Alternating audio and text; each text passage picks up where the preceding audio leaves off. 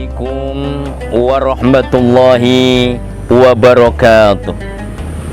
Na'udzubillahi minasyaitonir rajim. Bismillahirrahmanirrahim. Alhamdulillahillazi arsala rasulillahi bil huda wa dinil haq liyuzhiru ala dini kulli walau karihal musyrikun. Asyhadu an la ilaha illallah wa asyhadu anna muhammadan abduhu wa rasuluhu allazi la nabiyya ba'dah. Allahumma salli wa sallim ala sayyidina Muhammadin wa ala alihi wa ashabihi wa mawala, amma ba'du. Ma'asyiral muslimin, sidang Ramadan yang penuh dengan maghfirah dan penuh dengan rahmat. Sebentar lagi Ramadan akan kita tinggalkan. Sebentar lagi segala aktivitas pelaksanaan sholat berjamaah di dalam sholat tarawih juga akan kita tinggalkan.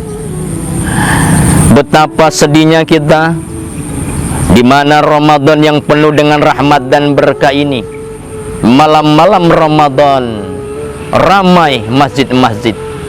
Malam-malam Ramadan terdengar suara-suara Allahu Akbar, Subhanal Malikil Ma'bud, salawat Nabi. Tetapi sebentar lagi suara itu tidak terdengar lagi. Ramadan yang akan kita tinggalkan ini adalah bulan di mana Allah Subhanahu wa taala melipat gandakan segala amal ibadah. Sebagaimana hadis riwayat Muslim, bismillahirrahmanirrahim, tiap-tiap amal anak Adam Allah balas dengan 10 kali lipat sampai dengan 700 kali lipat. Tapi Allah mengatakan illa saumu fa innahu li wa anna azzi bihi, kecuali ibadah puasa. Allah Subhanahu wa taala memberikan informasi tentang pahala yang Allah lipat gandakan kepada setiap anak Adam yang melaksanakan amal-amal ibadah yang lain. Tetapi Allah mengatakan li wa anna azzi bihi, kecuali puasa. Puasa itu untukku, kata Allah, dan Allah juga yang akan membalas puasa yang sudah kita laksanakan. Subhanallah, betapa besar hebatnya ibadah puasa yang kita laksanakan di bulan Ramadan dibandingkan dengan ibadah-ibadah lain. Ibadah puasa yang Allah Subhanahu wa taala sendiri yang akan memintanya, dan Allah Subhanahu wa taala sendiri yang akan membalasnya. Mari kita di hari 23 Ramadan ini untuk mengintrospeksi, mengevaluasi ibadah puasa yang sudah kita laksanakan, dan akan merencanakan pelaksanaan ibadah puasa mulai hari ini dan sampai akhir daripada Ramadan. Sudahkah puasa yang kita laksanakan selama 23 hari ini adalah puasa yang terbaik yang sudah kita laksanakan 1 bulan ini? Apakah puasa yang sudah terjaga? Apakah ibadah puasa yang kita laksanakan 1 bulan ini adalah ibadah puasa yang dapat membawa dampak yang positif bagi kehidupan kita? Maka oleh karena itu, mari kita jadikan satu pelajaran bahwa dengan menjaga ibadah puasa kita adalah mempersembahkan puasa kita, ibadah yang akan kita persembahkan di hadapan Allah dengan puasa yang terbaik, dengan puasa yang tidak sia-sia. Mampukah kita menghadap Allah dengan mengatakan inna salati wa nusuki wa mayyahya wa mamati? Salatku, ibadahku, ku persembahkan hidup dan matiku kepada Allah semesta alam ini. Kalau puasa yang sudah kita laksanakan adalah puasa yang sia-sia, yang tidak terhindar dari hal-hal yang membatalkan pahala puasa, Subhanallah, betapa hebatnya ibadah puasa itu sendiri.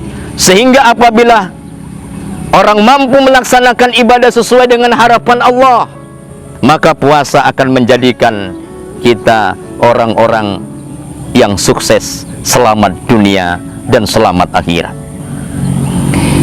Hikmah puasa yang terkandung di dalam kehidupan kita, salah satunya adalah puasa mendidik orang di dalam kesabaran.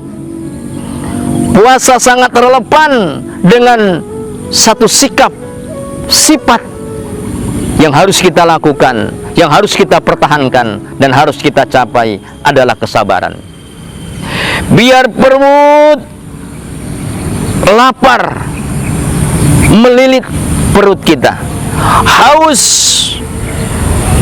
menyerang kerongkongan kita, tetapi pada saat-saat tertentu dan kita yakin bahwa berbuka pasti akan tiba. Oleh karena itu, kalau memang belum saatnya, maka kita bisa menahan dari hal-hal yang membatalkan ibadah puasa. Bisa saja kita makan di tempat yang tersembunyi, yang tidak tahu istri atau suami kita, yang tidak tahu keluarga kita, atau tidak tahu orang lain. Tetapi karena dengan kesabaran kita untuk menunggu sampai pada saatnya nantinya berbuka tiba, kita mampu menahannya, kita mampu untuk menunggunya, karena kita mempunyai sifat sabar yang harus kita punyai di dalam melaksanakan ibadah puasa. Sabar untuk tidak menyakiti hati orang lain, sabar untuk tidak membuka aib temannya sendiri, sabar untuk tidak marah kepada siapapun, sabar di dalam mengendalikan hawa nafsu. Maka kunci kesuksesan di dalam beribadah puasa, agar puasa kita diterima oleh Allah Subhanahu wa Ta'ala, tiada lain adalah kesabaran. Dan kesabaran itu pula yang nantinya akan melatih diri kita, sehingga Allah Subhanahu wa Ta'ala berfirman, Bismillahirrahmanirrahim, Innama yuwafu sabiruna azrohum bi khairi hisab, dalam surat Al-Zumar ayat 10. Sesungguhnya ibadah puasa yang relevan lagi dengan kesabaran itu, Allah Subhanahu wa Ta'ala memberikan pahala kesabaran itu dengan begitu berlipat ganda dan tiada batas. Oleh karena itu, mari kita jadikan kesabaran sebagai tonggak awal di dalam menjaga amal ibadah kita, khususnya ibadah puasa. Kemudian hikmah yang kedua, bahwa puasa sesuai dengan harapan Allah adalah menjadikan kita orang-orang yang bertakwa. Inna akramakum indalillahi atqakum, sesungguhnya orang yang paling mulia di pandangan Allah ternyata bukan orang yang kaya, ternyata bukan orang yang punya pangkat dan jabatan, ternyata bukan orang yang punya ilmu pengetahuan yang sangat tinggi dan mumpuni, tetapi orang yang mulia di pandangan Allah ternyata adalah orang-orang yang bertakwa. Dari titik firman Allah ini menggambarkan bahwa kita sebagai umat manusia selalu dan tetap konsekuen, tetap istiqomah di dalam menjalankan ibadah kita kepada Allah Subhanahu wa Ta'ala, karena sesungguhnya dengan konsekuen, dengan istiqomah dan dengan sabar, maka insya Allah kita akan mencapai pada tingkatan la'allakum tatakun yang diharapkan oleh Allah Subhanahu wa Ta'ala. Kesabaran dan ketakwaan adalah satu paket yang akan menjadikan manusia yang tetap dalam jalur kebenaran, yang tetap memegang sendi-sendi kehidupan di dalam menjalankan ibadah kepada Allah Subhanahu wa Ta'ala. Ibadah puasa sudah kita laksanakan 23 lamanya. Oleh karena itu, ada satu hal yang dapat menyempurnakan dan membersihkan ibadah puasa kita dari hal-hal yang sia-sia, dari hal yang tidak berguna. Itulah yang disebut dengan ibadah zakatul fitrah. Zakat adalah satu hal ibadah badaniyah dan sekaligus ibadah maliyah. Karena di dalam zakat itu termaktub rasa syukur kita kepada Allah Subhanahu wa taala yang tiada terhingga atas segala harta, rezeki, nikmat dan rahmat yang Allah berikan kepada kita. Sehingga rasa syukur itulah maka kita sebagai orang yang beriman dan bertakwa untuk menyisihkan sebahagian harta yang kita miliki itu, dan harus kita sadari bahwa harta kita itu tidak 100% milik kita. Ada sebahagian milik orang yang kekurangan, ada milik para fakir miskin, ada milik anak-anak yatim dan anak-anak terlantar, ada milik orang-orang yang kelaparan. Menjelang Idul Fitri ini, mari kita jadikan amal ibadah kita amal ibadah yang sempurna. Oleh karena itu, laksanakan zakat fitrah bagi seluruh kaum muslimin agar ibadah puasa kita tetap terjaga dari hal yang sia-sia. Agar ibadah kita diterima oleh Allah Subhanahu wa taala, maka penuhilah kewajiban kita sebagai muslim untuk membayar zakat fitrah sesuai dengan rukun Islam yang ketiga. Betapa pentingnya zakat itu di dalam kehidupan kita, sehingga sendi-sendi keislaman itu, rukun Islam setelah syahadat dan salat, itulah zakat yang harus kita laksanakan. Bismillahirrahmanirrahim. Ghuz min amwalihim shadaqatan tutahiruhum wa tuzakihim biha. Dalam surat At-Taubah ayat 103. Ambillah harta mereka dari zakat, dan dengan zakat akan membersihkan dan mensucikan mereka. Kaum muslimin rahimakumullah. Ada yang lupa pada diri kita ini, bahwa kita selalu repot, selalu sibuk memikirkan penyakit-penyakit lahir yang ada di dalam diri kita, tetapi kita tidak peduli penyakit-penyakit batin yang ada di dalam diri kita ini. Penyakit pelit, bakhil, kikir, sombong, angkuh, serakah, tamak yang ada di dalam diri kita ini harus kita bersihkan. Kalau ingin amal ibadah yang kita laksanakan ini bersih dari hal-hal yang tidak berguna dan sia-sia. Sifat batin kita harus kita bersihkan dengan ibadah puasa dan ibadah zakat fitrah.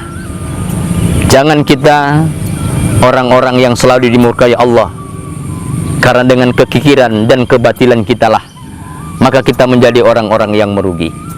Oleh karena itu, menjelang Idul Fitri, saya menyuruhkan kepada kita seluruh kaum muslimin, mari kita laksanakan kewajiban kita di dalam membayar zakat fitrah kepada keluarga kita yang kita tanggung, untuk kita sampaikan kepada yang berhak menerimanya, kepada para panitia-panitia zakat yang ada di RT dan di RW-RW, dan kepada panitia zakat yang sudah resmi yang ditunjuk oleh pemerintah. Jadi mari kita jadikan di akhir-akhir Ramadan ini untuk tetap mempertahankan agar ibadah yang kita laksanakan ini ibadah yang akan melahirkan satu sikap dan sifat kesabaran, sikap dan sifat dijauhkan dari kikir, dari bakhil, oleh karena kita tidak mau peduli dengan yang ada di sekitar kita. Sesungguhnya kata Rasulullah, tidak sempurna iman seseorang yang dia kenyang tetapi tetangganya atau sekitarnya dalam keadaan kelaparan. Betapa pentingnya rasa kepedulian sosial ini, sehingga itu menjadi ukuran bagi kita sebagai kaum muslimin, apakah kita termasuk orang-orang yang beriman secara sempurna atau tidak.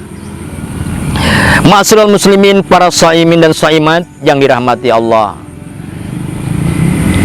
puasa dan zakat adalah satu paket di dalam ibadah Ramadan ini. Maka oleh karena itu, jadikanlah puasa dan zakat itu menjadi benteng di dalam diri kita, agar kita tetap istiqomah di dalam menjalankan ibadah kita kepada Allah Subhanahu wa taala, agar kita tetap teguh pendirian untuk tetap menjadikan amal-amal ibadah kita ini sebagai salah satu modal dalam meningkatkan tingkatan keimanan kita kepada Allah, yaitu la'allakum tattaqun, menjadi orang-orang yang bertakwa.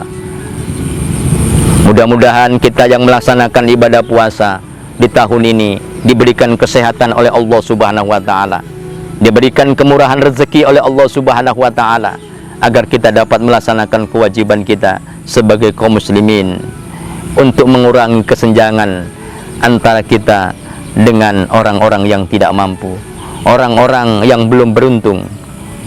Wabillahi taufiq wal hidayah. Assalamualaikum warahmatullahi wabarakatuh.